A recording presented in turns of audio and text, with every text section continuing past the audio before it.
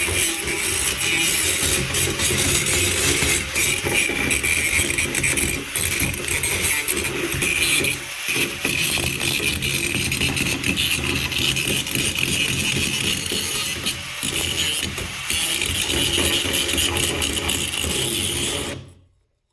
y'all, welcome to Matt's Fab Shop. On today's video, we're going to show you how to do a custom grind on a small block Chevy camshaft. Here we go.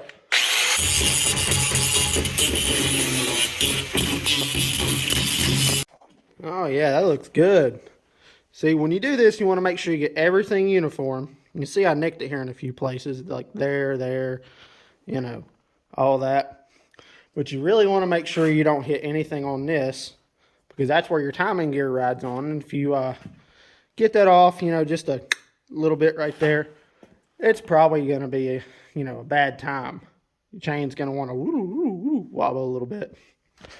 So, yeah, I think this is going to work great. This grind job here, it should make it sound like one of them comp cams big mother thumpers. Oh, yeah. Perfect. All right, y'all, that's just a joke. For those of y'all that have, you know, done a little bit of engine work here and there, you know, blah, blah, blah, I figured it'd be a good joke y'all might enjoy. So, that being said, today we're going to be working on the welder again. All right, I've got the engine attached to the engine hoist. It's going on that engine stand right there, which I just got. And we're going to be putting new gaskets and rear main seal in the engine and a couple other things. So, but on the last video, I told y'all that the roof of the garage is sagging pretty good. I didn't get to record that, but my wife's grandfather, he did come over. He helped me jack the roof back up to where it should be. And I made some brackets out of some 1/4 inch and 5/8 plate. And it's good to go now. Should buy me a few more years until we get ready to build a house and build me a new shop. So I'll show y'all that right here in a second. Here's the brackets. Did those all myself. You know, nothing special, just nothing fancy. Run 4 5/8 lag bolts through. Probably should have used some longer bolts or a good piece of all thread or coil rod to fasten those together. But we were kind of doing with what we had, and I think it'll hold up. It didn't fall in after going to Virginia for a week and getting more snow, but there's the other one. That one's got 2 on this side, same as the one on the other post. No, the other one's got 4. I don't remember, but hopefully y'all can see, if the light isn't glaring too bad, that it's back up where it needs to be, except for these beams, this one, that one. They've still got a bow in them, but the roof is back to where it should be. We didn't know how much these posts had sank into the ground originally, because it's been something that's happened over the course of 40 years. But when we got to jacking these up, you know, we would go the whole length of the bottle jack, or the cylinder, I mean. And then, you know, we figured out where it is, and we made a stop. We boarded up the jack and then started jacking up again. But overall, we probably have 8 to 10 inches of lift that we got to get this roof back to where it needs to be. But that's enough of me BSing to y'all. We're going to go ahead and jump right into this project, and we're going to get this engine hopefully ready to go back in the machine. Again, you know, it's Wednesday night. I'm supposed to have this video out this Friday. I'm a little behind. That week in Virginia, you know, it was great, but man, I did not plan ahead.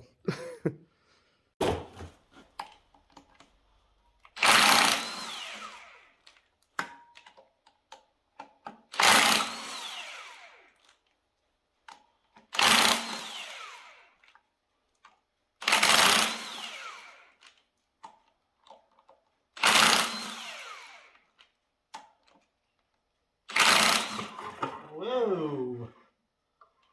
I expected me to have to get a mallet or something. Man, that sucker's heavy. Alrighty.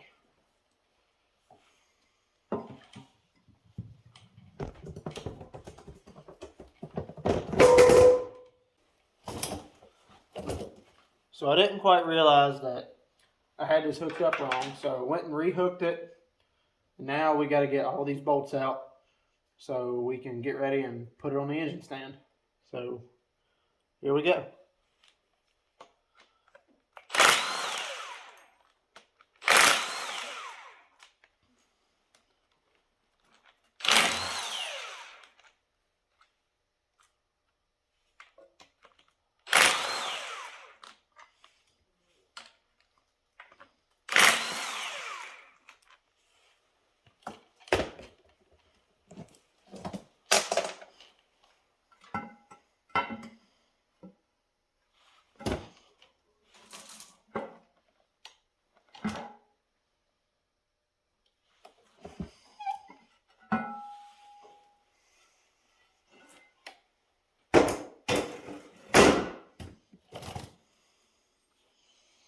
Engine is now on the stand. So now we're going to start taking off all the extra stuff, such as, you know, your intake exhaust manifold, water pump, and a couple other things. Then we'll flip it over and I'll start putting a new oil pan gasket on and rear main seal, because that's what these engines really need. The biggest thing about these flathead Continentals is no matter what you do, you have a leaky rear main seal. But I bought the gasket kit from BW Parts, and they have a no leak rear main seal, which is what I'm going to be installing on this.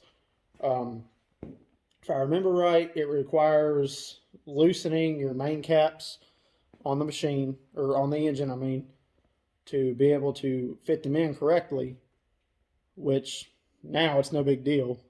But we're putting those in because I don't want to have oil all over the bed of my truck anymore, like I did with my Dodge that I had, because I care a lot more about this Ford and the well-being of the truck than I do with that Dodge.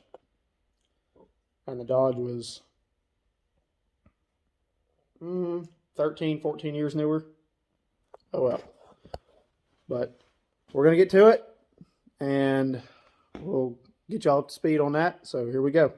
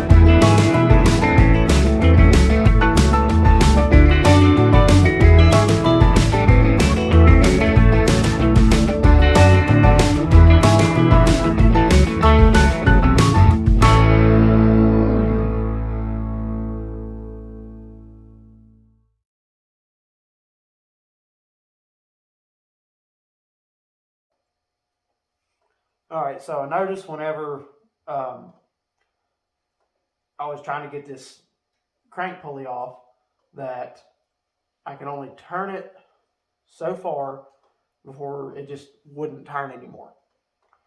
Um, I do remember when I had it sitting in the garage here, I could spin it over freely. And this thing sat at my dad's in the garage out of the weather, just like it has been here for over a year. So I'm not sure why it won't do a full revolution. So I'm just going to show y'all what's going on. So it turns, it gets a tight spot right here. And then that's all it wants to do. So now we're going to pull this push rod panel off, or whatever you call it, and we're going to inspect that. And since I've already had to loosen up one or two head bolts on here, I'm going to go ahead and put a new head gasket on anyway, so we can check the top of the valves and we can see everything that's going on.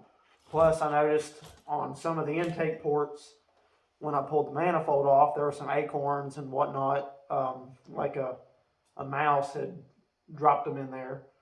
So we're going to get all that cleaned out, and we're going to hopefully see if this thing will turn over freely. So I don't know how well I can see this. I've got a pretty bad glare from the light that I'm using back behind the camera, but this port here had a lot of junk in it from the mice or squirrels dropping stuff in it. This one here was the same way. Grab my pick real quick. Hey, that rhymes.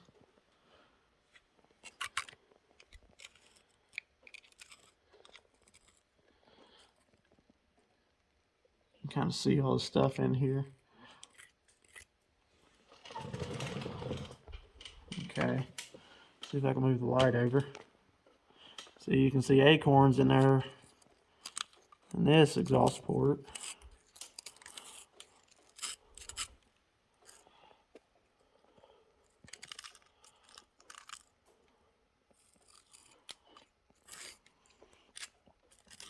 Sorry, I'm having a hard time trying to get my phone to focus. Maybe one day I'll grow up, be a big boy, and buy me an actual camera. And the same with this one here.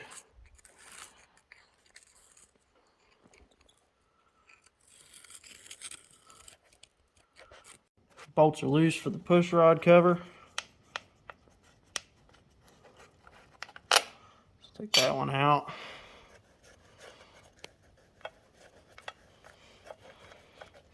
This one's out. Take a screwdriver. Get some of this gunk off first. That way we don't have anything falling inside the engine. I don't have one of those fancy air compressors. I'm just a poor boy.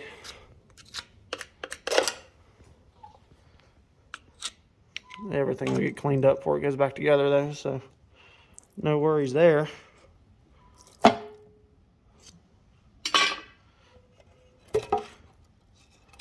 Okay. This is the first time I've ever been inside of a flathead engine, so this is all new to me. So far, everything looks as it should, or looks like it should be good. Now the head's off. I've went and looked. Cylinders look pretty good. But what got me was I couldn't turn it over freely by hand when I was taking the crank pulley off. And it just didn't sit well with me. But considering, I plan on putting on new gaskets in the engine, figured, you know, why not go ahead and do a new head gasket? But everything looks good. It's just a little dirty. I done vacuumed it out. There was a bunch of crud in the cylinders from it been sitting for a couple years. So, I mean, that's really it. You know, I can turn it over pretty easy with, you know, just a 1/2-inch drive ratchet.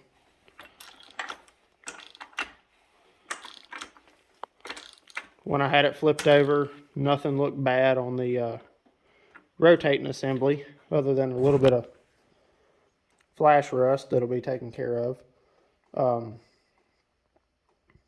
So I then took a razor knife, you know, just scraped all the gunk off the top of the block. I did the same thing with the head over here. Scraped everything out in the combustion chamber too.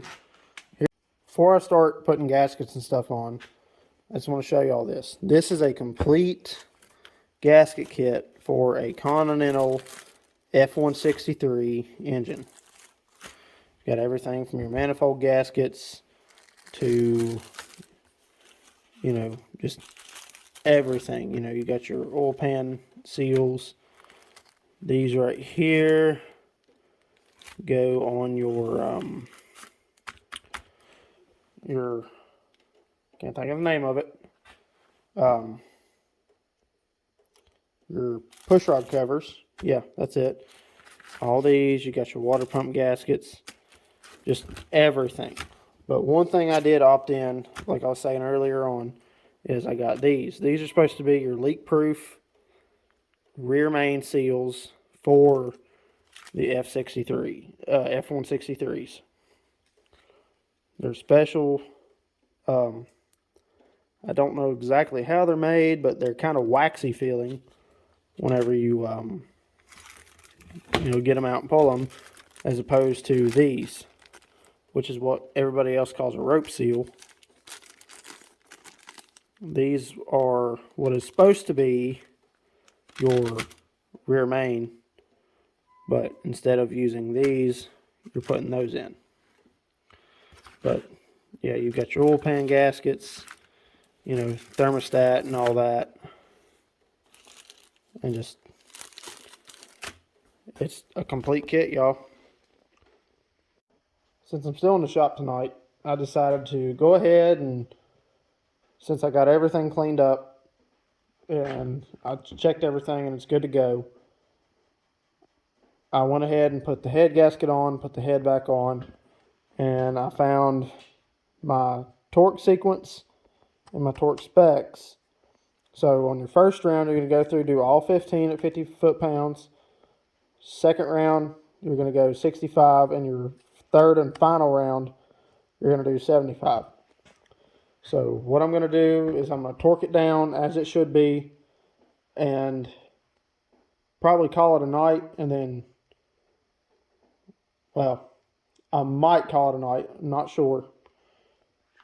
But after I get everything torqued down to 75 foot-pounds, in the morning I'm going to come back in, check everything, and make sure it's still sitting at 75 foot-pounds. Because I know sometimes when you leave stuff sit overnight after torquing it, you can still get, you know, a couple foot-pounds out of it. But I would rather do that and be safe than to have, you know, one bolt looser than the other and end up having a weak spot to where the head gasket blows out. Figured I'd spare you all the boringness of, you know, running the bolts down, you know, torquing it to 50 and 65 pounds. So got the torque wrench set to 75 pounds. I've got my sheet right here on my little work table. So we're just going to go ahead and torque everything down.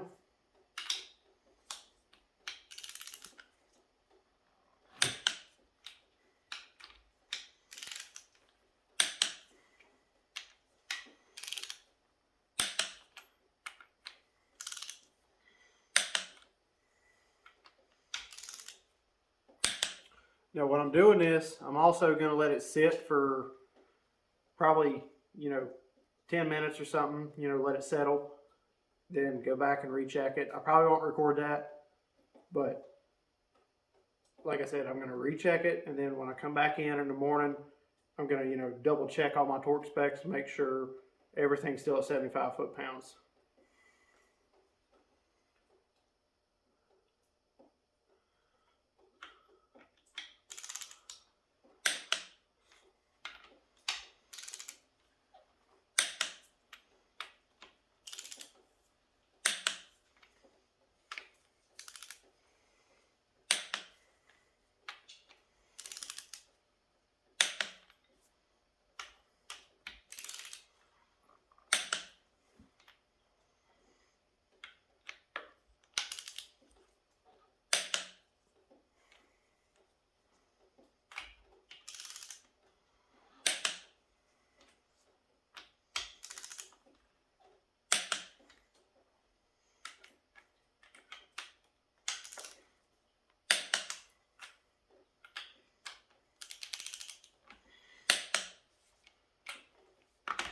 And that's it. Head is torque to spec. Like I said, we'll let it sit for a little bit and go back and check it. All right, y'all. So currently it's Thursday afternoon, and I got to get this video wrapped up and get it edited so y'all can see it tomorrow or Friday.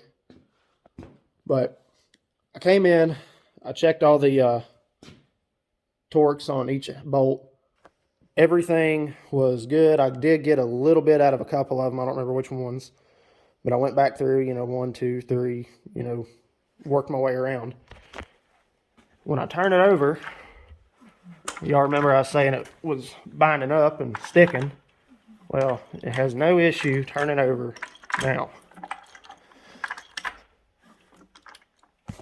One other thing, I did realize that I was calling this the wrong part.